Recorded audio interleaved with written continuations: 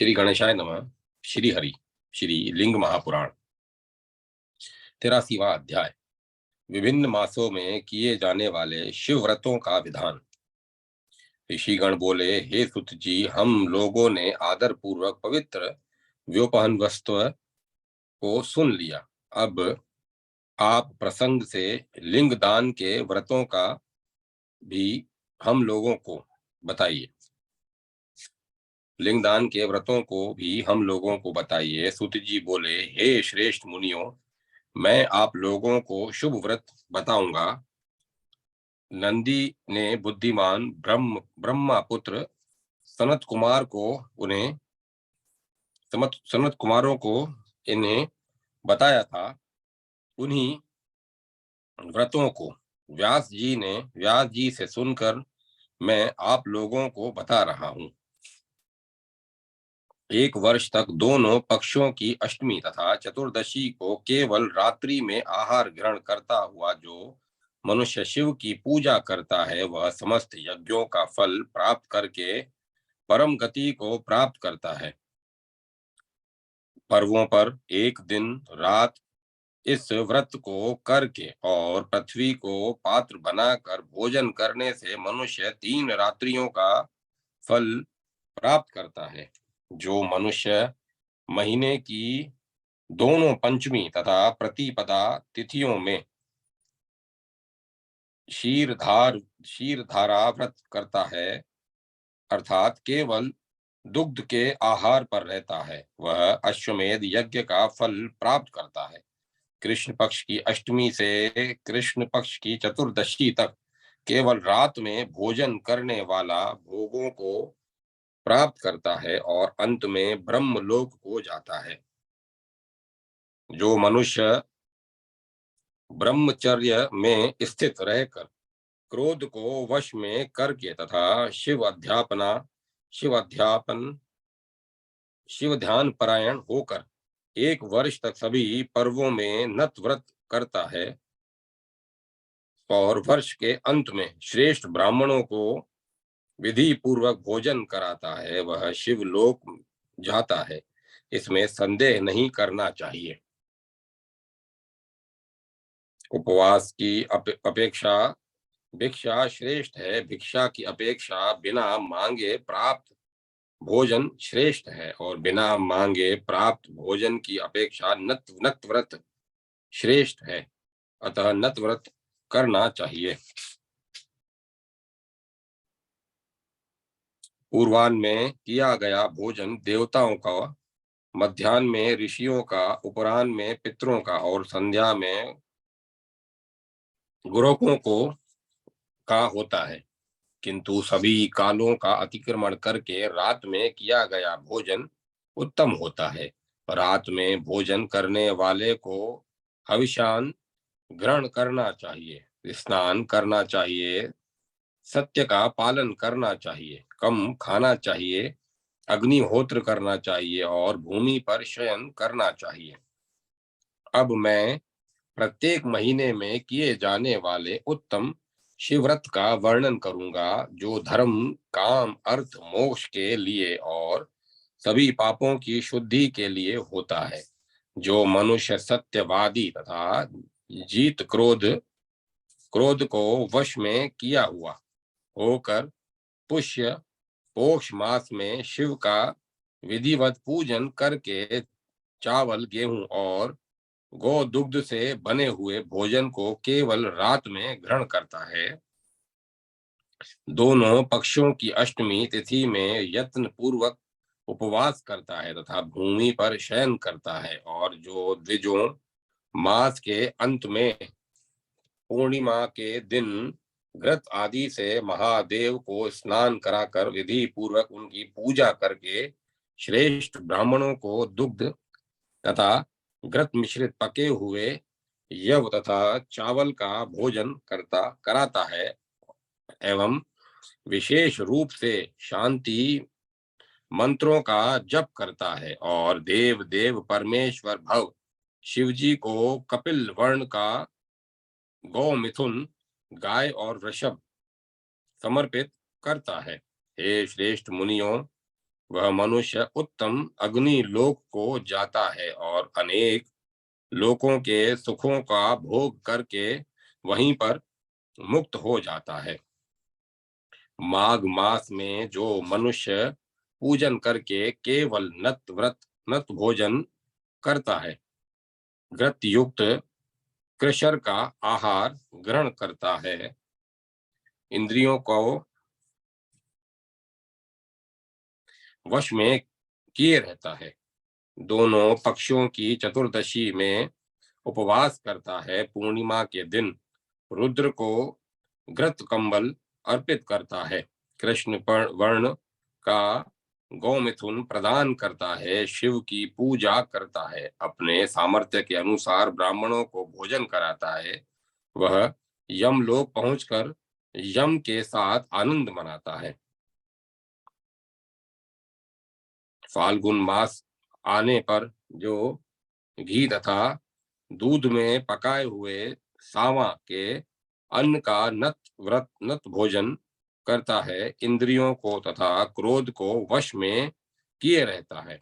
अष्टमी तथा चतुर्दशी के दिन उपवास करता है, पूर्णिमा के दिन महादेव शंकर को स्नान कराकर उनकी पूजा करके उन शूलपाणी शिव को ताम्रवर्ण का गो मिथुन प्रदान करता है और ब्राह्मणों को भोजन कराकर परमेश्वर से प्रार्थना करता है, वह चंद्रमा का सायुज्य प्राप्त करता है, इसमें संदेह नहीं करना चाहिए।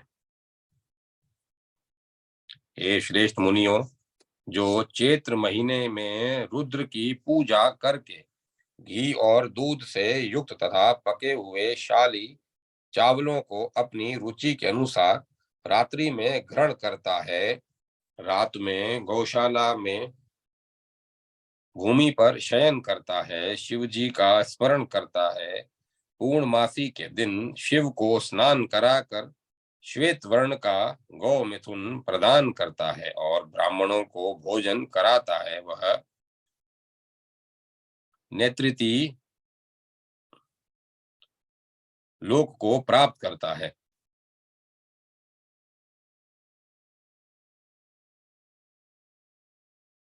वैशाख महीने में नत भोजन करके पूर्णमासी तिथि में पंचगव्य घृत आदि से शिव जी को स्नान कराकर श्वेत वर्ण का गोमिथुन अर्पित करके वह मनुष्य अश्वमेघ यज्ञ का फल प्राप्त करता है।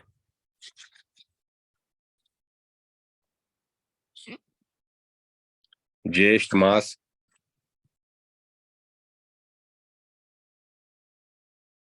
ज्येष्ठ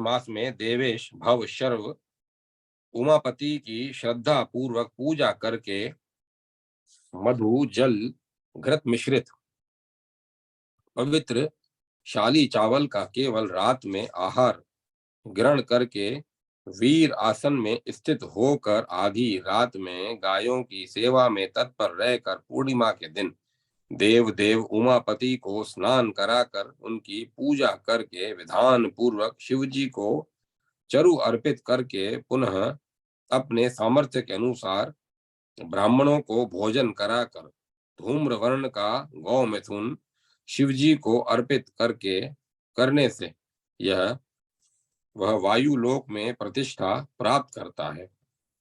इसी प्रकार आषाढ़ महीने में भी चीनी घृत तथा गौ दुग्ध मिश्रित सत्तू के नत भोजन के में तत्पर कर रहते हुए पूर्णिमा के दिन घृत आदि से शिवजी को स्नान कराकर विधि पूर्वक पूजन करके वेद में पारंगत श्रोत्रियों ब्राह्मणों को भोजन कराकर जो गौर वर्ण का गौ मिथुन अर्पित करता है, वह वरुण लोक प्राप्त करता है। हे द्विजों, सावन महीने में दूध मिश्रित षष्टिक 60 दिन में उत्पन्न होने वाले शाली चावल के भात का नत भोजन करके वृषभ ध्वज की पूजा करके अंत में पूर्णिमा के दिन घृत आदि से स्नान कराकर विधि पूर्वक उनकी पूजा करने करके वेद में पारंगत श्रोत्रिय ब्राह्मणों को भोजन कराकर जो मनुष्य सफेद खुर वाला तथा चितकबरा को मैथुन शिवजी को अर्पित करता है वह वायु देव का सायुज्य प्राप्त करता है और वायु के समान सर्वगामी हो जाता है।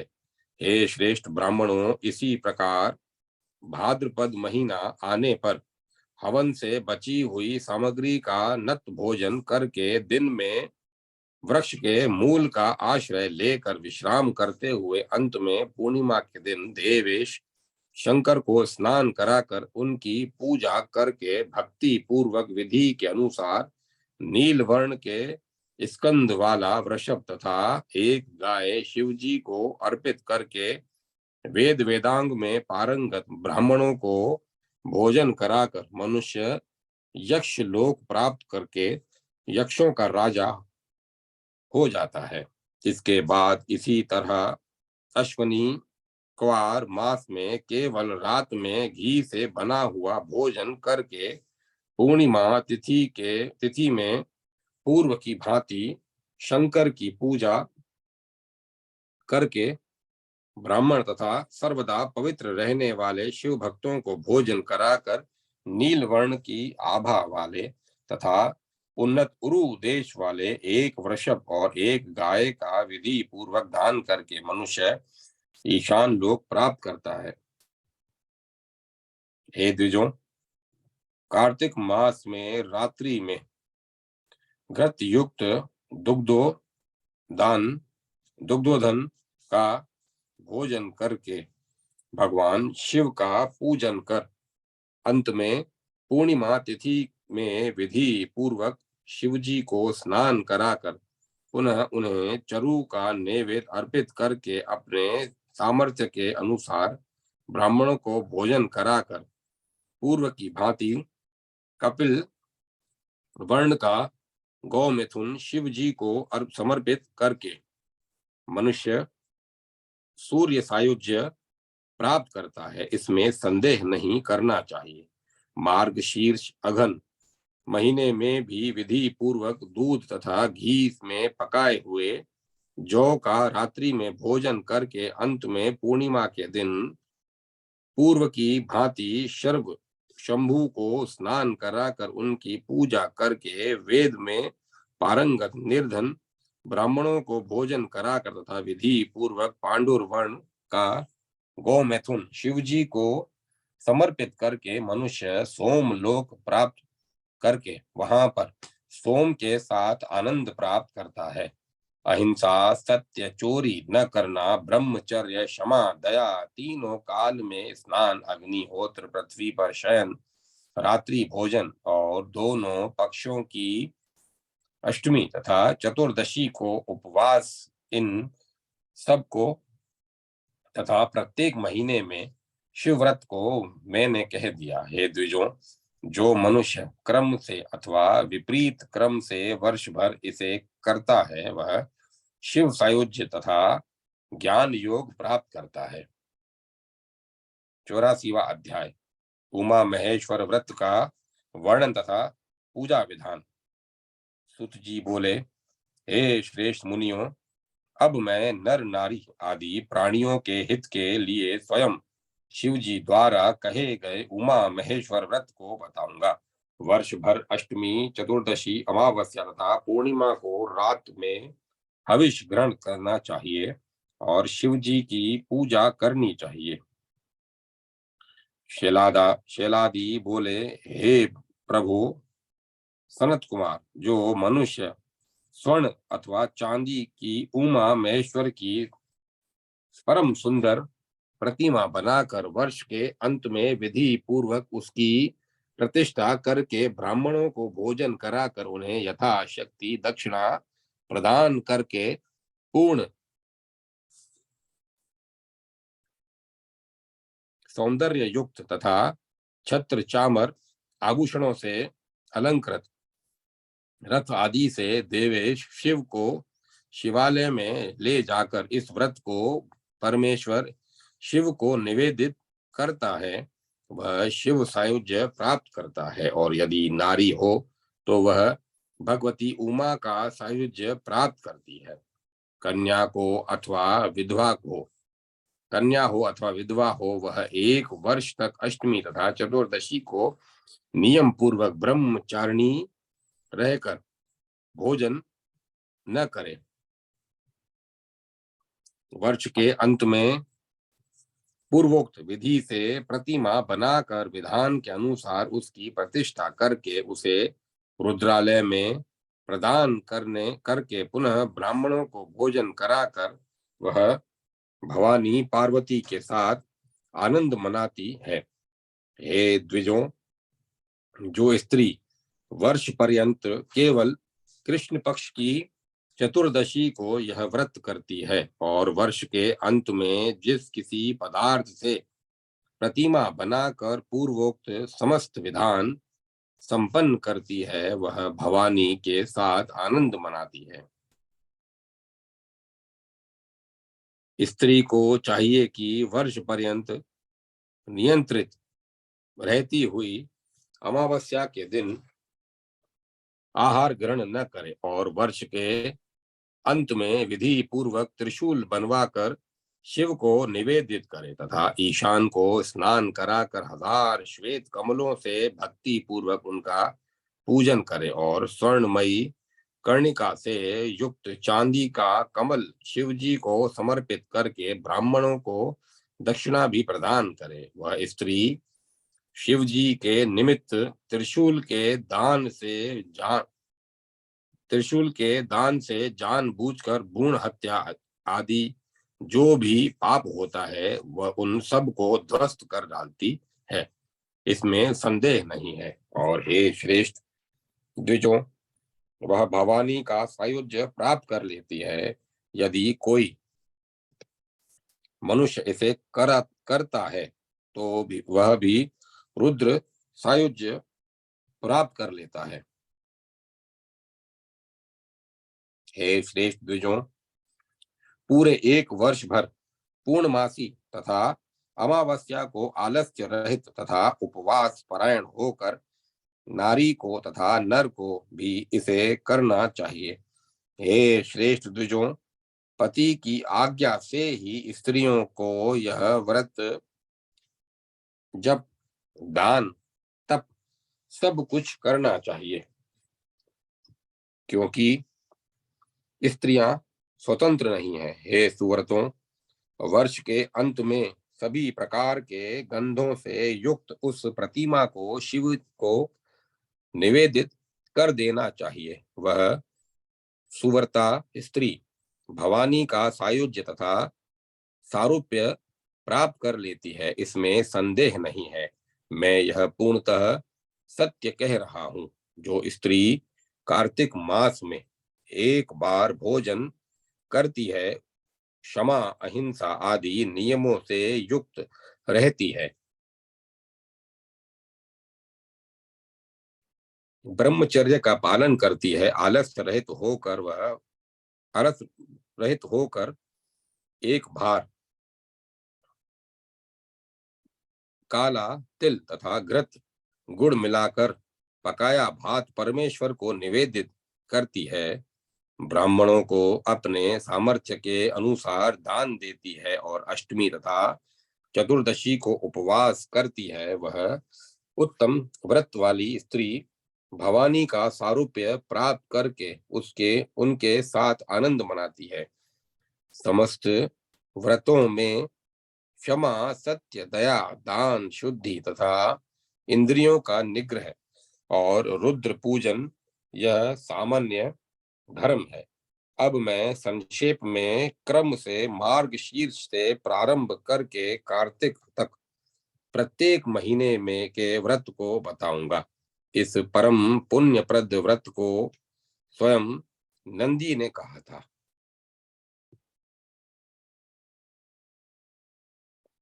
जो स्त्री मार्ग शीर्ष मास में पूर्ण अंगों वाले उत्तम वृषभ को अलंकृत करके विधि पूर्वक शिव को निवेदित करती है, वह भवानी के साथ आनंदित रहती है, इसमें संदेह नहीं है। जो पोष मास में पूर्वोक्त विधि के अनुसार संपूर्ण कृत्य कृत्य करके त्रिशूल की स्थापना कर उसे शिव को समर्पित करती है, वह भवानी के साथ आनंद मनाती है। हे महाभाग मुनियों, जो माघ महीने में सभी लक्षणों से युक्त रथ बनाकर देवेश की पूजा करके उसे शिव को समर्पित करती है और ब्राह्मणों को भोजन कराती है, वह देवी पार्वती के साथ आनंद करती है, इसमें कोई संदेह नहीं है। जो फाल्गुन मास में अपने सामर्थ्य के अनुसार विधि पूर्वक सोने चांदी तथा तांबे की प्रतिमा बनाकर उसकी प्रतिष्ठा तथा पूजा करके शिवालय में स्थापित करती है, वह महादेवी के साथ आनंदित रहती है, इसमें कोई संदेह नहीं है। चैत्र मास में तांबे आदि से शिव, कुमार कार्तिकेय तथा भवानी की मूर्तियां यथा बनाकर विधि पूर्वक उसकी प्रतिष्ठा करके उन्हें रुद्र शंभु को अर्पण करने से स्त्री भवानी के साथ आनंदित रहती है। कुबेर का रजत में कैलाश आलय बनाकर उसे चारों ओर से सभी रत्नों से युक्त करके उसमें शिव, उमा तथा गणेश्वरों की रजत में मूर्ति रखकर उसकी यथाविधि प्रतिष्ठा करके उसे परमेश्वर शिव के सुंदर मंदिर में स्थापित करना चाहिए। जो स्त्री वैशाख मास में इस प्रकार कैलाश नामक उत्तम व्रत को करती है, वह कैलाश पर्वत पहुंचकर भवानी के साथ आनंद करती है। हे उत्तम ब्राह्मणों, श्रेष्ठ मासों में उमापति महादेव की ताम्र आदि से एक शुभ्र लिंग मूर्ति बनावे, जो हाथ जोड़े हुए हंस पर सवार ब्रह्मा तथा वराह पर सवार विष्णु से संयुक्त हो और मध्य में भव महेश्वर विराजमान हो, ऐसी लिंग मूर्ति बनवाकर विधि पूर्वक उसकी प्रतिष्ठा करने से अनंतर ब्राह्मणों को भोजन कराए और अपने कल्याण के लिए शिव को प्रसन्न करके ब्राह्मणों को साथ लेकर शिवालय में उसे विधि पूर्वक स्थापित करके वह देवी का सायुज्य प्राप्त कर लेती है। जो स्त्री शुभ आषाढ़ महीने में अपने सामर्थ्य के अनुसार पके हुए ईंटों से विधिवत ग्रह बनवाकर उसे सभी बीज रसों से परम सुंदर मूसल, उल, उलूखल आदि गृह उपयोगी सामग्रियों से, दास दासी आदि से, पलंग विस्तार आदि शयन वस्तुओं से, अन्न आदि खाद्य पदार्थों से युक्त करके उसे उस ग्रह को सभी ओर से पूर्ण वस्त्रों से ढककर उमापति प्रभु महादेव को घृत आदि से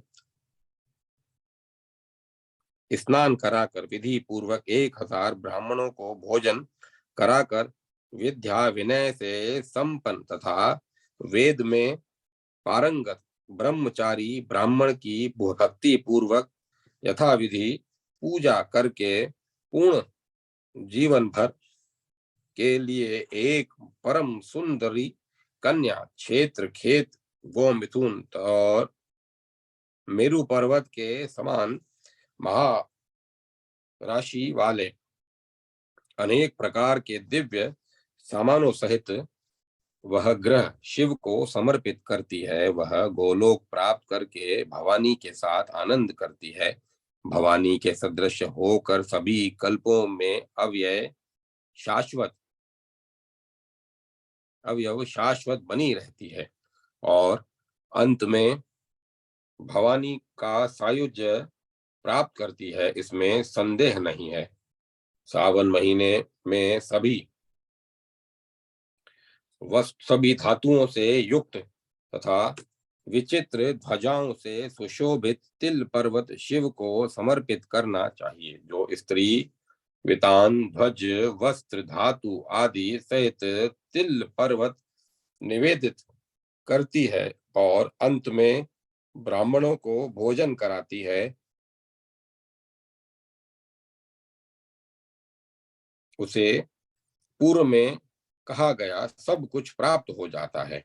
जो भाद्रपद मास में वितान ध्वज वस्त्र धातु आदि सहित शाली चावल का सुंदर पर्वत बनाकर उसे शिव को समर्पित करती है और ब्राह्मणों को भोजन कराकर विधि पूर्वक उसका दान करती है, वह सूर्य की किरणों के समान होकर भवानी के साथ आनंद करती है। अश्वनी मास में स्वर्ण तथा वस्त्र से युक्त एक विशाल धान्य पर्वत बनाकर उसे शिव को अर्पण करके शंकर की विधिवत पूजा करके ब्राह्मणों को भोजन कराने से पूर्व में कहा गया सब कुछ प्राप्त हो जाता है। तीनों लोकों के आधार स्वरूप मेरु नामक उत्तम पर्वत राज का निर्माण करे, जो सभी धान्यों से युक्त हो, सभी बीजों और रसों से परिपूर्ण हो, सभी धातुओं से संयुक्त हो, सभी रत्नों से सुशोभित हो, चार श्रृंगों शिखर से युक्त हो, वितान तथा छत्र से सुशोभित हो, गंध पुष्प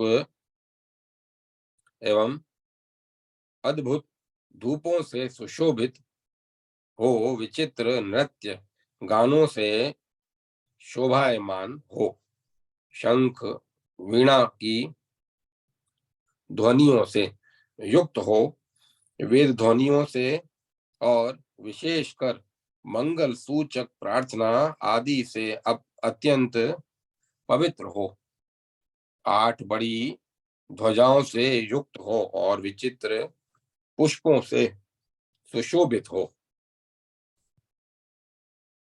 उस पर्वत के शिखर पर मध्य में धातु निर्मित शिव को विराजमान करे। दक्षिण में चतुर्मुख ब्रह्मा, उत्तर में निर्विकार देव देवेश नारायण इंद्र आदि लोकपालों का भक्ति पूर्वक यथाविधि विराजमान करके उनकी प्रतिष्ठा करने के अनंतर स्नान कराकर महेश्वर की पूजा करके महादेव के दाहिने हाथ में देव पूजित त्रिशूल तथा बाएं हाथ में पाश, भवानी के हाथ में हेम भूषित कमल, विष्णु के हाथों में शंख चक्र गदा पद्म, ब्रह्मा के हाथों में अक्षय माला और तथा उत्तम कमंडलू, इंद्र के हाथ में वज्र, अग्नि के हाथ में शक्ति नामक महान आयुध, यम के हाथ में दंड, निशिचर नेत्रति के हाथ में खड़क, वरुण के हाथ में नाग नामक भयंकर तथा अद्भुत महापाश, वायुदेव के हाथ में यष्टि छड़ी, कुबेर के हाथ में लोक पूजित गदा और ईशान देव के हाथ में टंक, इस प्रकार क्रम से निवेदित करके शिवजी की चरु समन्वित महान पूजा करके अपने सामर्थ्य के अनुसार सभी देवताओं की पूजा करे। इसके बाद ब्राह्मणों को भोजन कराकर यत्न पूर्वक उनका सम्मान करके महामेरु व्रत संपन्न कर महादेव को समर्पित कर दे। ऐसा करने वाली स्त्री महामेरु पर्वत पहुंचकर महादेवी के साथ आनंद करती है और चिरकाल तक महादेवी का सायुज्य प्राप्त किए रहती है, इसमें संदेह नहीं है। जो स्त्री कार्तिक मास में सोने अथवा तांबे की सभी आभर आभरणों से युक्त तथा सभी लक्षणों से समन्वित उमा देवी की सुंदर प्रतिमा बनाकर, साथ ही देवेश महादेव की भी सभी लक्षणों से युक्त मूर्ति बनाकर विधान पूर्वक उनकी प्रतिष्ठा करके उन दोनों के सम्मुख अग्नि को हाथ में स्रव लिए हुए ब्रह्मा को और लोकपालों तथा सिद्धों से घिरे हुए एवं सभी आभूषणों से विभूषित कन्यादान आभूषणों से विभूषित कन्यादाता नारायण को यत्न पूर्वक स्थापित करके भक्ति पूर्वक इस व्रत को रुद्रालय में उन शिव को समर्पित करती है। वह भवानी का स्वरूप प्राप्त करके शिव के साथ आनंद करती है। एक बार भोजन करके प्रत्येक मास के पुण्यप्रद व्रतों को क्रम से करे। हे श्रेष्ठ मुनियों, नर नारी आदि प्राणियों के कल्याण के लिए मार्गशीर्ष से प्रारंभ करके कार्तिक तक किए जाने वाले इस व्रत को प्रवर्तित किया गया है। शिव के द्वारा बताए गए इस व्रत को करके पुरुष शिव का सायुज्य प्राप्त करता है और नारी देवी पार्वती का सायुज्य प्राप्त करती है, इसमें संदेह नहीं है।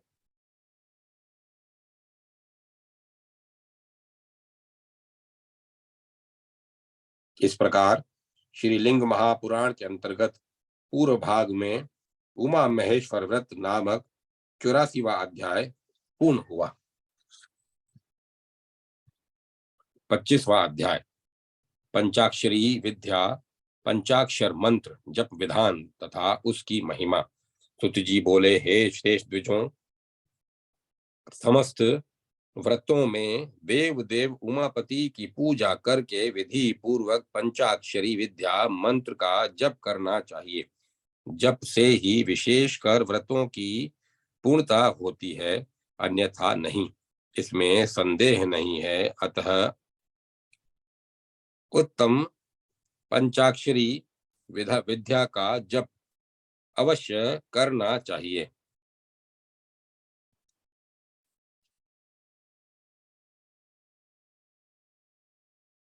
ऋषिगण बोले, हे सुत जी, पंचाक्षरी विद्या क्या है और उसका प्रभाव कैसा होता है? हे महाभाग, क्रम से उसकी विधि बताइए।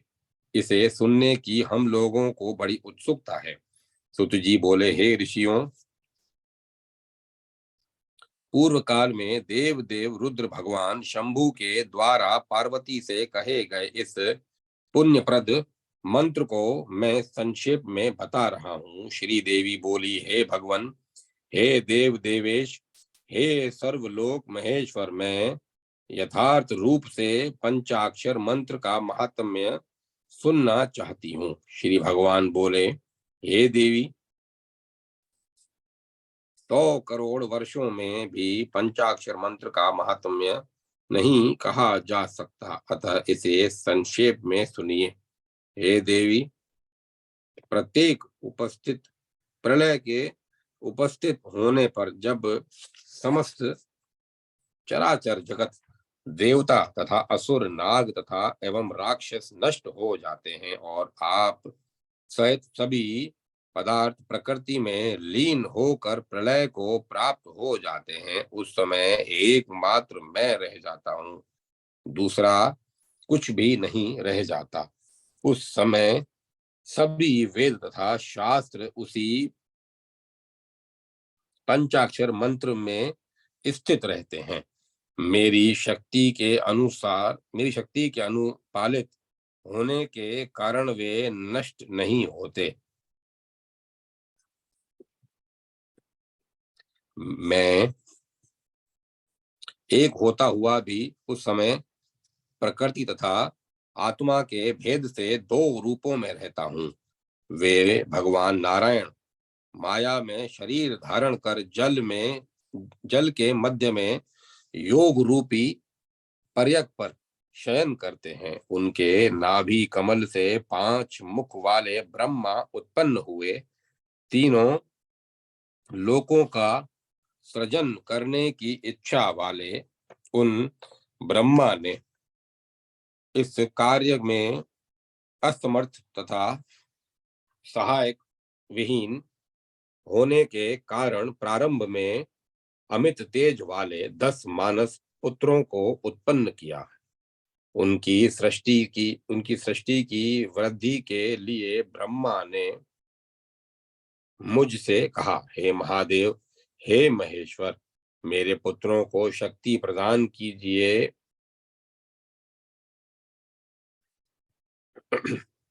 उनके ऐसा कहने पर 5 मुख धारण करने वाले मैंने कमल योनि ब्रह्मा के लिए अपने 5 मुखों से 5 अक्षरों का उच्चारण किया। अपने 5 मुखों से उन अक्षरों को ग्रहण करते हुए लोक पितामह ब्रह्मा ने वाच्य वाचक भाव से परमेश्वर को जान लिया। हे देवी, तीनों लोकों में पूजित शिव पंचाक्षर पंचाक्षरों से वाच्य है और यह परम पंचाक्षर मंत्र उनके वाचक के रूप में स्थापित है।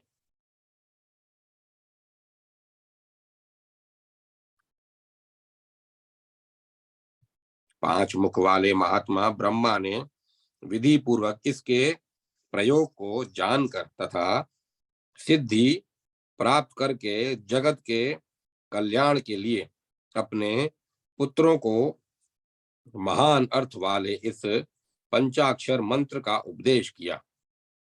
तदंतर साक्षात लोक पितामह ने इस मंत्र रत्न को प्राप्त कर वे उन परात्पर देव शिव जी की आराधना करने में तत्पर हो गए।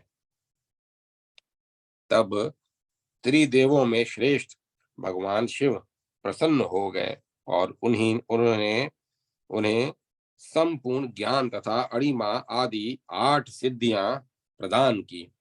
तत्पश्चात उन वरों को प्राप्त कर वे विप्र मेरी आराधना की आकांक्षा करने लगे। मेरु के रम्य शिखर पर मुंजवान नामक पर्वत है। शोभा संपन्न यह पर्वत मुझे प्रिय है और मेरे भूतों के द्वारा भली भांति रक्षित है। हे देवी, पूर्व काल में उस पर्वत के समीप स्थित रहते हुए लोक सृष्टि के इच्छुक इन ऋषियों ने मेरे अनुग्रह हेतु वायु के आहार पर रहकर 1000 दिव्य वर्षों तक कठोर तप किया। हे देवी, उनकी भक्ति देखकर मैं शीघ्र ही उनके समक्ष प्रकट हो गया और मैंने लोगों के कल्याण की इच्छा से उन महात्माओं को पंचाक्षर मंत्र, उसके ऋषि, छंद, देवता, शक्ति, बीज सहित षडंग, न्यास, दिग्बंध तथा विनियोग पूर्ण रूप से बता दिया।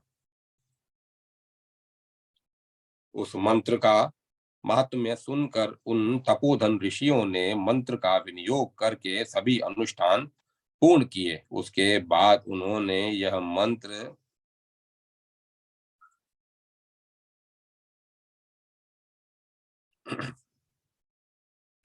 उन्होंने उस मंत्र की महिमा से लोकों, देवताओं, असुरों, मनुष्यों, वर्ण विभागों तथा समस्त उत्तम धर्मों को जो पूर्व कल्प में उत्पन्न हुए थे, उन सब का श्रवण किया। पंचाक्षर मंत्र के प्रभाव से ही लोक, वेद, महर्षि गण, शाश्वत धर्म, देवता तथा यह संपूर्ण जगत स्थित है। अब मैं उसके विषय में सब कुछ बताऊंगा, सावधान होकर सुनिए। यह मंत्र अल्प अक्षरों वाला, महान अर्थों वाला, वेदों का सार, मुक्तिप्रद, आज्ञा सिद्ध, असंदिग्ध तथा विश्व शिव स्वरूप है। यह मेरा मंत्र अनेक सिद्धियों से युक्त, अलौकिक, लोगों के चित्त को आनंदित करने वाला, सुनिश्चित अर्थों वाला, गंभीर तथा परमेश्वर स्वरूप है। यह मंत्र मुख से सुखपूर्वक उच्चारण योग्य, संपूर्ण प्रयोजनों को सिद्ध करने वाला, सभी विद्याओं का बीज स्वरूप है। आग सबसे पहला मंत्र परम सुंदर, अति सूक्ष्म एवं महान अर्थों वाला है। इसे वट वृक्ष के बीज की भांति समझना चाहिए। यह वेद स्वरूप, तीनों गुणों से परे, सर्वज्ञ, सब कुछ करने वाला और सर्व समर्थ है। ओम यह एक अक्षर वाला मंत्र है। सर्वव्यापी शिव इसमें स्थित रहते हैं। 5 अक्षर रूपी शरीर वाले शिव स्वभाव से ही सूक्ष्म षडक्षर 6 अक्षरों वाले मंत्रों में वाच्यवाचक भाव से विराजमान है। प्रमेत्म के कारण शिव वाच्य हैं तथा मंत्र उनका वाचक कहा गया है। यह वाच्य वाचक भाव संबंध उन दोनों में अनादि है। वेद अथवा शिवागम में षडक्षर मंत्र स्थित है, किंतु लोक में पंचाक्षर मंत्र को मुख्य माना गया है। जिसके हृदय में परमेश्वर रूप यह मंत्र स्थित है, उसे बहुत मंत्रों अथवा अति विस्तृत शास्त्रों से क्या प्रयोजन। जो विद्वान विधान पूर्वक इसका ज्ञान प्राप्त कर उसे ठीक ठीक जपता है, उसने मानो वेदों का अध्ययन कर लिया और सब कुछ अनुष्ठित कर लिया। मात्र यही शिव ज्ञान है, यही परम पद है और यही ब्रह्म विद्या है। अतः विद्वानों को नित्य इसका जप करना चाहिए। प्रणव ओम सहित 5 अक्षरों से युक्त यह मंत्र ओम नमः शिवाय, ओम नमः शिवाय, ओम नमः शिवाय, ओम नमः शिवाय मेरा हृदय है। यह गूढ़ से भी गूढ़ है और साक्षात सर्वोत्तम मोक्ष ज्ञान है। हे देवी, अब मैं इस मंत्र के और प्रत्येक अक्षर के ऋषि, छंद, देवता, बीज, शक्ति, स्वर, वर्ण तथा स्थान का वर्णन करूंगा। इस मंत्र के ऋषि वामदेव तथा छंद पंक्ति कहा गया है। हे भरानने, इस मंत्र का देवता स्वयं मैं शिव हूँ। पंचभूत स्वरूप नकार आदि इसके बीज हैं। प्रणव को सर्वव्यापी तथा शाश्वत आत्मा समझो। हे सभी देवताओं से नमस्कृत देवेशी, स्वयं तुम ही इसकी शक्ति हो। कुछ प्रणव तुम्हारा है और कुछ प्रणव हमारा है। हे देवी, तुम्हारा प्रणव सभी मंत्रों का शक्ति स्वरूप है, इसमें संशय नहीं है। हे देवी, अ उ म मेरे प्रणव में स्थित हैं। क्रम से उ म अ तुम्हारे प्रणव हैं। तुम इस उत्तम प्रणव को प्लुत प्लुत 3 मात्राओं वाला जानो। ओंकार का स्वर उदात है। इनकी इसके ऋषि ब्रह्मा हैं। इसका शरीर श्वेत है। छंद देवी गायत्री है और इसके आदि देवता परमात्मा है। इसका पहला, दूसरा तथा चौथा वर्ण उदात, 5वां वर्ण स्वरित और मध्यम वर्ण निषाद स्वर कहा गया है। न पीले रंग का है और स्थान पूरब की ओर मुख वाला है कहा गया है। इसके आदि देवता इंद्र हैं, इसका छंद गायत्री है और इसके ऋषि गौतम है। म कृष्ण वर्ण का है, इसका स्थान दक्षिण मुख है, जिसका छंद अनुष्टुप है, इसके ऋषि अत्रि हैं और इसके आदि देवता रुद्र कहे गए हैं। शी धूम्र वर्ण वाला है, इसका स्थान पश्चिम मुख है और इसके ऋषि विश्वामित्र हैं, इसका छंद त्रिष्टुप है और इसके देवता विष्णु है। हाँ, देवता है विष्णु है। वाह हेम वर्ण वाला है, इसका स्थान उत्तर मुख है, इसके अधिदेवता ब्रह्मा है, इसका छंद बृहति है और इसके ऋषि अंगिरा है। यह लाल रंग वाला है, इसका स्थान उधर्व मुख है, इसका छंद विराट है, इसके ऋषि भारद्वाज हैं और इसके देवता स्कंद कहे जाते हैं। हे देवी, अब मैं सभी सिद्धियां प्रदान करने वाला, मंगलमय तथा समस्त पापों का नाश करने वाले इसके न्यास को बताऊंगा। न्यास 3 प्रकार का कहा जाता है। उत्पत्ति, स्थिति, पालन तथा संहार के भेद से यह 3 प्रकार का कहा गया है। यह क्रमशः ब्रह्मचारियों, गृहस्थों तथा यतियों के लिए होता है। उत्पत्ति न्यास ब्रह्मचारियों का, स्थिति न्यास गृहस्थों का और संहार न्यास यतियों का होता है, अन्यथा सिद्धि नहीं प्राप्त हो सकती। अंग न्यास, कर न्यास, देह न्यास, यह 3 प्रकार का न्यास होता है। हे वरानने, अब मैं उत्पत्ति आदि 3 भेदों से इन्हें भी आपको बताऊंगा। सबसे पहले कर न्यास, इसके बाद देह न्यास, पुनः अंग न्यास। मंत्र के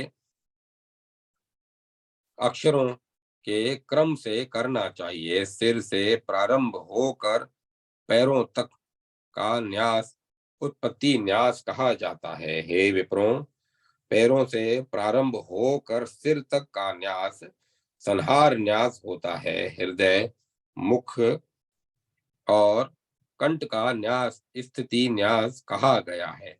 हे शोभने, हे न्यास, यह न्यास क्रमशः ब्रह्मचारियों, गृहस्थों तथा यतियों के लिए है। तत्पश्चात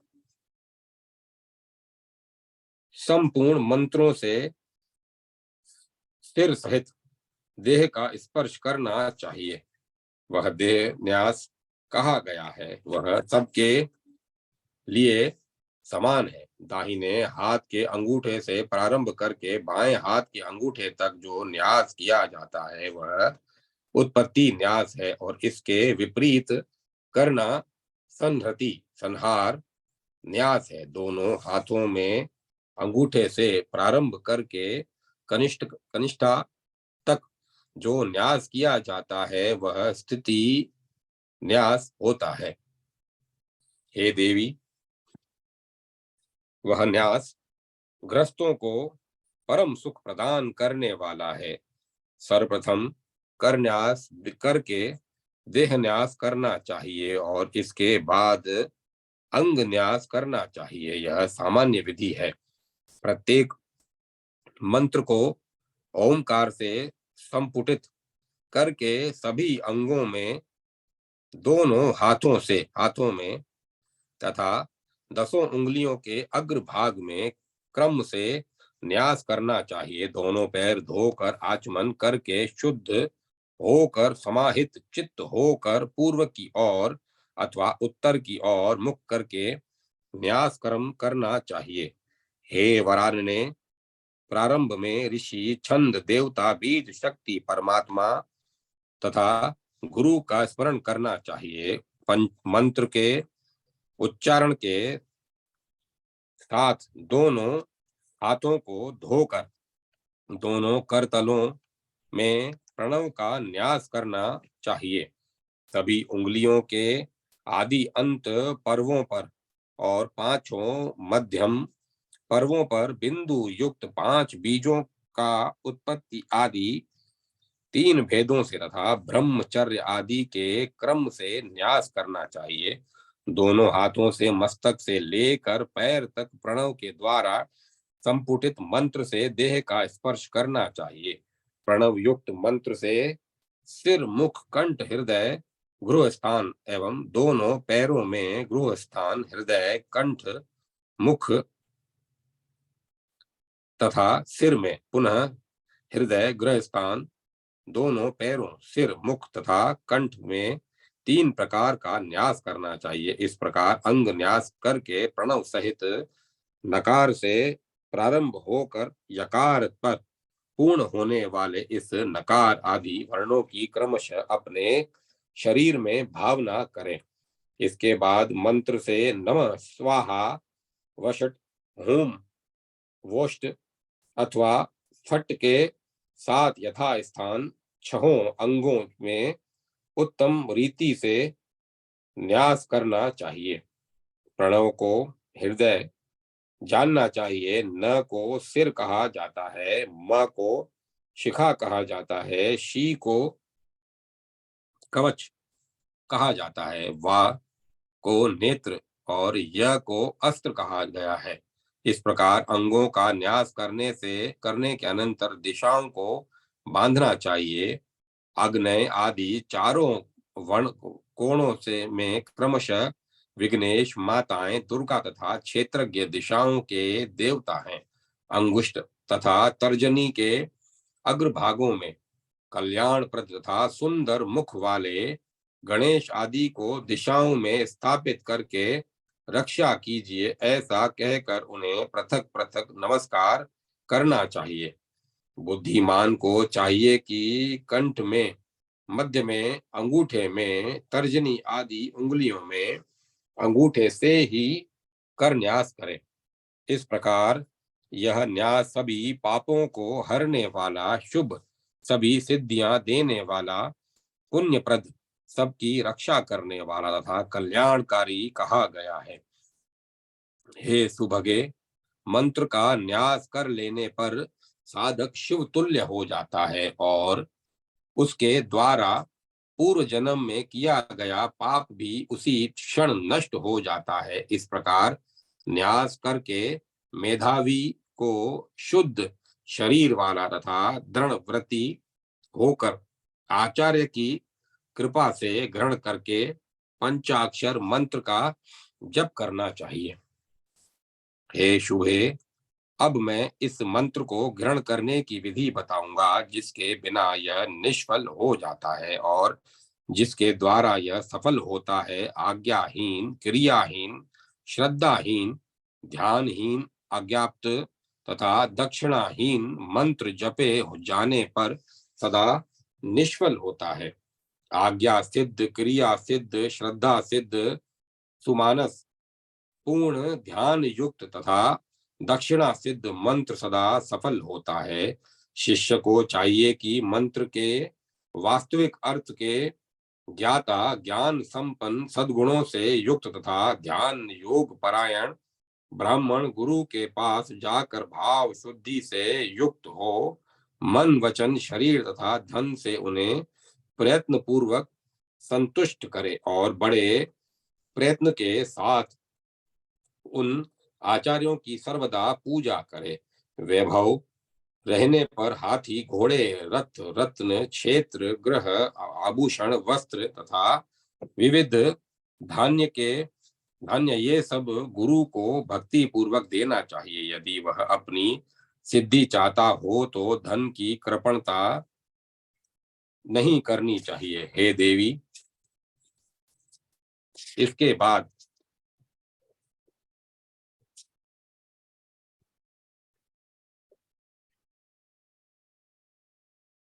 सेवक आदि सहित